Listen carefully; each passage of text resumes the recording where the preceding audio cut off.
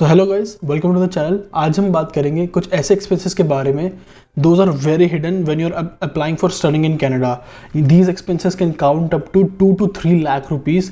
And अगर आपको पता होगा कि किस सेक्शन में आप कितना पैसा इन्वेस्ट कर रहे हैं, आप एलोकेट कर रहे हैं, तभी आप उसको सेव कर पाएंगे।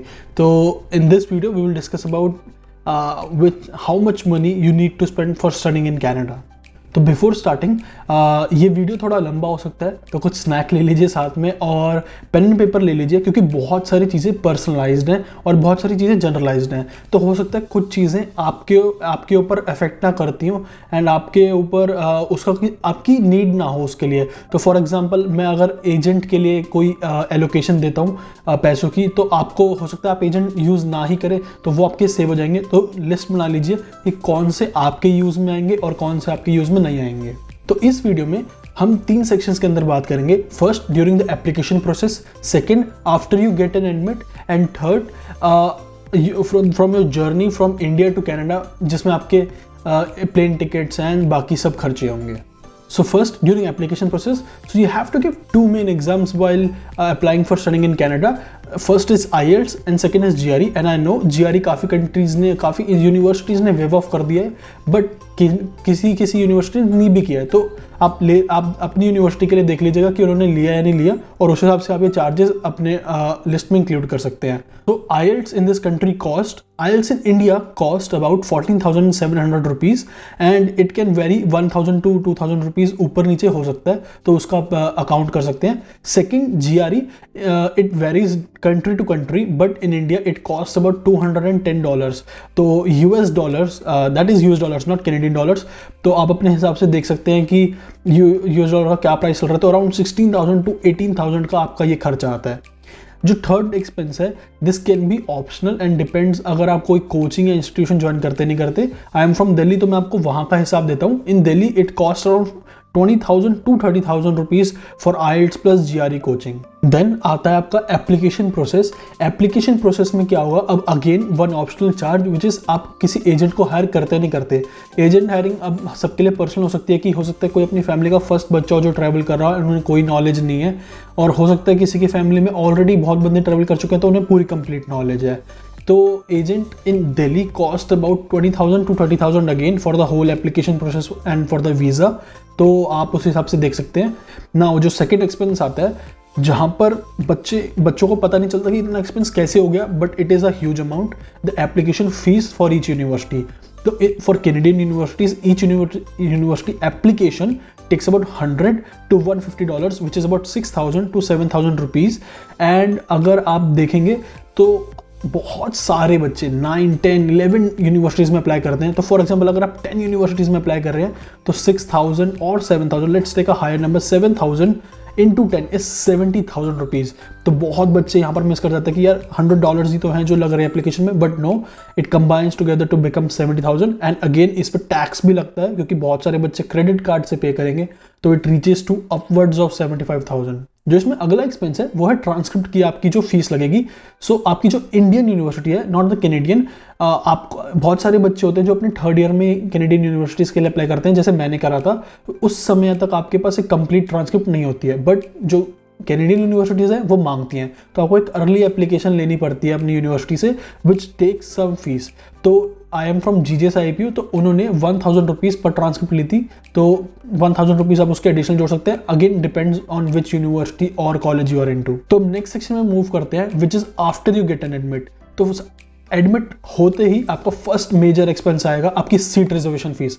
सीट रिजर्वेशन फीस क्या होती है, जैसे ही आपको कोई एडमिशन मिलता है तो university wants you to give some amount of your fees, around 25% और 20% डिपेंडिंग ऑन द यूनिवर्सिटी, ताकि आपकी वो सीट रिजर्व या फिक्स कर सके, या ये सीट किसी और बच्चे को नहीं जाएगी।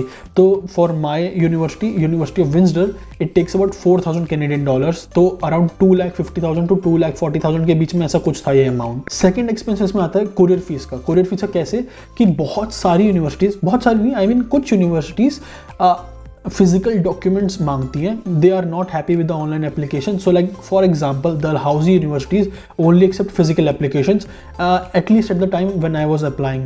तो depending on the load of the documents, जो कोरियर सर्विसेज होती है वो वेट के हिसाब से आपको चार्ज करती हैं, तो आपको अराउंड 1000 to 1500 वो फिजिकल डॉक्यूमेंट्स को देने में लगेंगे। अगेन ये ऑप्शनल है, अगर आप अपनी सारी यूनिवर्सिटीज़ ऑनलाइन भर रहे हैं तो आपको ये चार्ज नहीं देना पड़ेगा। जो फाइनली सबसे बड़ा खर्चा आता है, एंड आई थिंक ये सबसे बड़ा खर्चा होगा ये पूरी लिस्ट के अंदर, विच is your first year fees. Again ये ऑप्शनल है, डिपेंड्स कि अगर आप एसडीएस या नॉन एसडीएस में कैटेगरी में जाना चाहते हैं। अब अगर आप एसडीएस में जाना चाहते हैं तो फीस आपको अपनी फर्स्ट ईयर की पूरी भरनी पड़ेगी।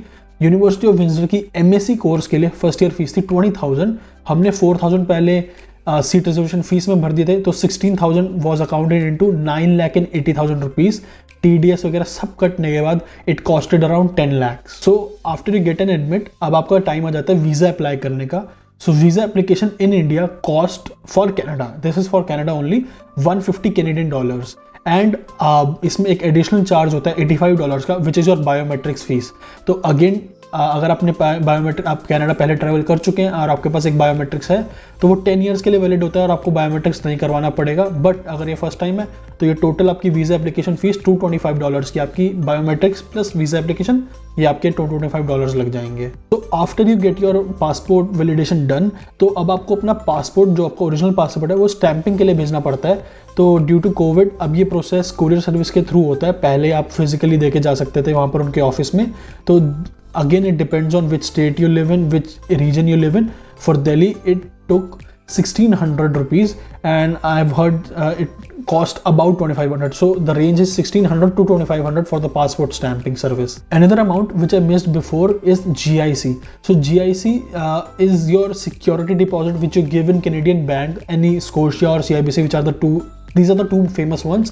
तो इसके अंदर आपको $10,000 which is about 6,20,000 रुपीज़ इसके अराउंड आपको जमा कराने पड़ते हैं, सब टैक्सेस के बाद। अब डिपेंड करता है कि आपको एसडीएस में जाना है नहीं जाना। अगेन अगर एसडीएस में जाना है तो आपको जीआईसी भी भरनी पड़ेगी। So last expense where you can save most of your money is these two expenses. First is the plane tickets. So due to COVID बहुत सारे लोगों ने, मैंने खुद indirect route से travel किया था, तो for me it costed about 1,50,000 rupees by traveling through Cairo. But अब direct routes खुल गए हैं, still इसमें चीपर ऑप्शंस आपको नहीं मिलेंगे। लाइक फर्स्ट जैसे आपको 40,000, 50,000 और इवन एज लो एज 34,000 में आपको इंडिया टू कनाडा की डायरेक्ट टिकट्स मिल जाती थी। But right now the ticket price is around 80,000 to 1 lakh rupees. तो यहाँ पर आप सेविंग जैसे कर सकते हैं कि अगर आप कोई ऐसा पिक्यूलर सा डे चूज़ करते हैं और आपको कोई ऐसी डील मिल जाती है, तो आप इजीली 10 to 20,000 यहाँ पर सेव कर सकते हैं प्लेन टिकट्स के ऊपर। जो लास्ट एक्सपेंस है, एंड ये बहुत वियर्ड एक्सपेंस है क्योंकि हर किसी का ये अपना पर्सनल होगा, एंड जनरलाइज वे में मैं बोलूँगा तो this cost about 10,000 to 1 lakh. I know this is a huge range, but मैं आपको एक्सप्लेन करता हूँ। This is packing for Canada. तो हर बंदे के अपने एक आप बोल सकते हैं स्टैंडर्ड्स होते हैं, और किसी को कोई ब्रांड पसंद है, किसी को कोई ब्रांड पसंद है। तो क्लोथिंग की शॉपिंग से लेके इलेक्ट्रॉनिक्स से लेके आपके सूटकेसेस हमें लगता है यार क्या ही एक्सपेंस होगा, बट अगर आप मार्केट में जाएंगे, सर्च करेंगे और अच्छे सफारी या आप बोलेंगे VIP, तो इनके सूटकेसेस अराउंड 10 to 20,000 रुपीज़ के 2 लार्ज एक मीडियम ऐसे सेट में आते हैं। तो इट इज़ एन एक्सपेंस। और आपके क्लोथिंग एक्सपेंस होंगे तो आप अराउंड मेरे लिए तो एटलीस्ट मैं 8 से 10 जोड़ी कपड़े लेके आया था, तो it costed me around 20,000 to 25,000 rupees. और अब अगेन डिपेंड्स आप कौन से ब्रांड, कौन सा किस चीज़ के कपड़े पहनते हैं। तो और अगेन इलेक्ट्रॉनिक्स के खर्चे होंगे। आई नो आप हर कोई एडवाइस करता है, मैं भी एडवाइस करूँगा कि ज़्यादा नए इलेक्ट्रॉनिक्स, ज़्यादा महंगे इलेक्ट्रॉनिक्स मत लीजिए, बट अगेन छोटी नेसेसिटीज़ तो आपको लेके आनी पड़ेगी।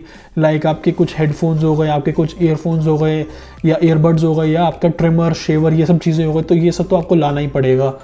एंड छोटे छोटे खर्चे हो जाते हैं which adds up. So that's why I have kept the range from 10,000 to 1 lakh depending on how much you shop on it. So these are all the expenses that you have to incur for studying in Canada.